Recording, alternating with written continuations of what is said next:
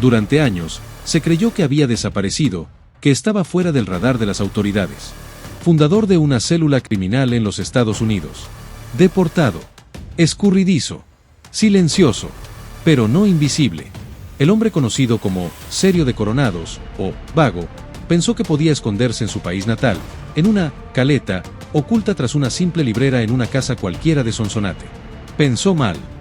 Carlos Víctor Galdames Torres, alias Serio de Coronados o Vago, no era un pandillero cualquiera.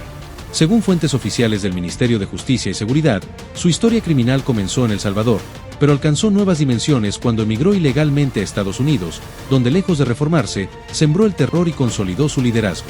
En el estado de Texas, fundó una poderosa clica de la MS-13.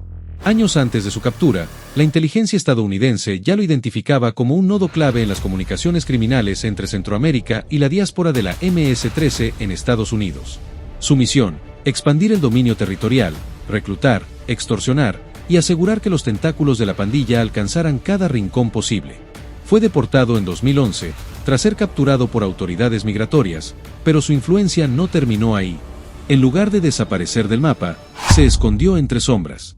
Durante años, burló controles, se desplazó de forma clandestina y, según informes de inteligencia, nunca rompió comunicación con la clica que fundó en Texas. La historia tomó un giro inesperado en Sonsonate, cuando un equipo de inteligencia policial detectó movimientos sospechosos en una vivienda aparentemente común. Ubicada en una zona residencial de bajo perfil, la casa escondía un secreto macabro. Detrás de una vieja librera, con libros polvorientos como si nadie los tocara, se hallaba una abertura. Una especie de túnel. Un escondite artesanal, al estilo de las películas, pero muy real. Allí, se escondía el hombre que por más de una década eludió a la justicia salvadoreña. Era su caleta, un término usado por pandilleros para referirse a escondites secretos donde se ocultan armas, droga o ellos mismos. Serio de Coronados creía que ese rincón bastaría para mantenerse a salvo. Pero no contaba con el avance de la inteligencia policial salvadoreña. La madrugada del jueves, fuerzas especiales de la Policía Nacional Civil irrumpieron en el lugar. Equipos tácticos, armas largas, dron sobrevolando el área. La operación fue quirúrgica. No hubo disparos. No hubo oportunidad de escapar. Carlos Víctor Galdames Torres fue capturado en el acto. En su rostro, según agentes presentes, no había miedo, había resignación. Ya absolutamente nada le servirá para escapar de la justicia. Seguimos fuertes y contundentes en esta guerra contra pandillas, declaró el ministro de Justicia y Seguridad, Gustavo Villatoro. El mensaje era claro: ya no hay lugar donde esconderse. La respuesta del presidente Nayib Bukele no se hizo esperar. Firme, breve, pero fulminante, escribió en sus redes sociales una advertencia que ya es un símbolo de su gobierno.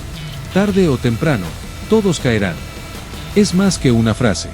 Es una sentencia. Creo que los derechos humanos, si bien nadie duda que los reos tienen derechos humanos, pero yo creo que algo que no se ha hecho y ningún procurador lo ha hecho antes, o por lo menos yo no recuerdo, discúlpeme si usted lo hizo y no me acuerdo yo, pero no han defendido los derechos humanos de la gente honrada.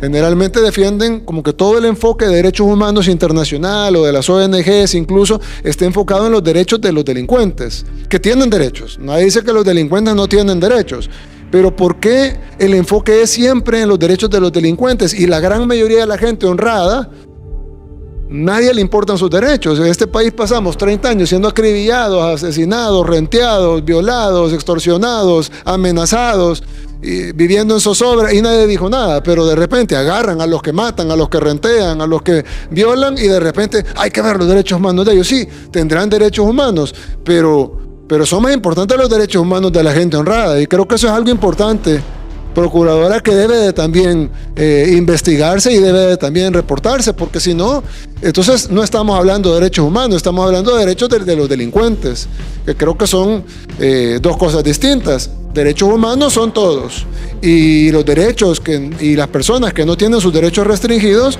son las personas honradas, porque los otros tienen derechos humanos pero tienen derechos restringidos. Por ejemplo, no tienen derecho al voto, no tienen derecho a la actividad económica, no tienen derecho a la libertad. ¿Por qué cometieron un delito? Entonces, si se les restringe, en Estados Unidos algunos no tienen derecho a la vida porque les ponen a la silla eléctrica. Entonces, si se pueden restringir algunos derechos humanos tan fundamentales como el derecho a la vida, en el caso de los países que tienen pena de muerte, ¿por qué En el caso de los países pobres o en el caso de los países en vías de desarrollo del tercer mundo, están encima que los delincuentes deben de tener derechos, pero cuando hablamos de los derechos de la población, ahí todo el mundo se queda callado y ahí ya no importa, y lo que tenemos que hacer es seguir velando por los derechos de los delincuentes. Entonces, si bien nosotros vamos a respetar los derechos de los delincuentes, y lo estamos haciendo y lo hemos estado haciendo todo este tiempo, pero nuestra prioridad va a ser los derechos de la población honrada, que son los que no tienen sus derechos restringidos porque no cometieron delito. Bajo el régimen de excepción y con el respaldo de una mayoría popular, Bukele ha logrado lo que parecía imposible hace solo unos años: desarticular una estructura criminal que por décadas gobernó desde las sombras barrios enteros del país. Hoy, figuras como Galdames Torres están tras las rejas, y el CECOT, el Centro de Confinamiento del Terrorismo, aguarda por su nuevo huésped. Después de 201 años, al fin vivimos una verdadera independencia. Pero esto no ha sido únicamente gracias al trabajo de nuestro gobierno, sino principalmente porque trazamos nuestro propio destino y no obedecimos los dictados internacionales.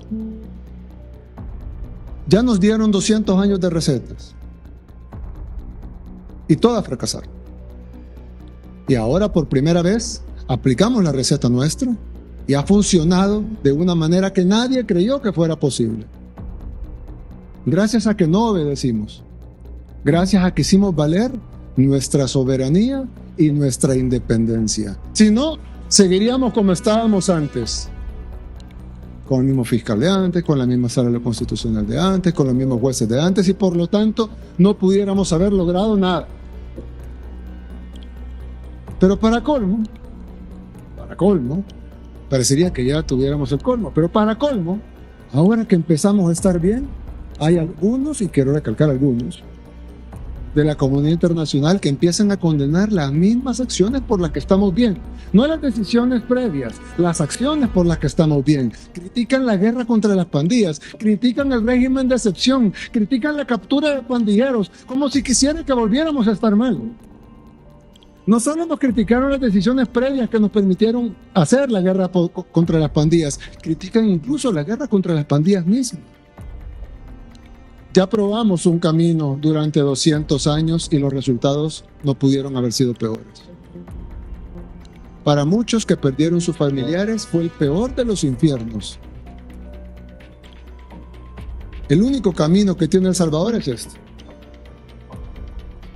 que ya también lo probamos. No es una promesa de campaña, ya lo probamos y nos está funcionando. Y no lo vamos a abandonar. No lo vamos a abandonar por más protestas que vengan desde el exterior. Es por eso que luego de conversarlo con mi esposa Gabriela y con mi familia, anuncio al pueblo salvadoreño que he decidido correr como candidato a la presidencia de la República para que podamos continuar este camino que hemos iniciado. El camino que por primera vez en nuestra historia ha demostrado ser el correcto. De seguro, así como todas las demás cosas anteriores que les he narrado, de seguro más de algún país desarrollado no estará de acuerdo con esta decisión. Pero no son ellos los que decidirán, sino el pueblo salvadoreño. Gracias a todos por mirar el video hasta el final, espero que te haya gustado y así puedas volver en un próximo video. Cada día estamos informando todo lo que ocurre en El Salvador, así que ya saben, esto ha sido todo por hoy, nos vemos en una próxima.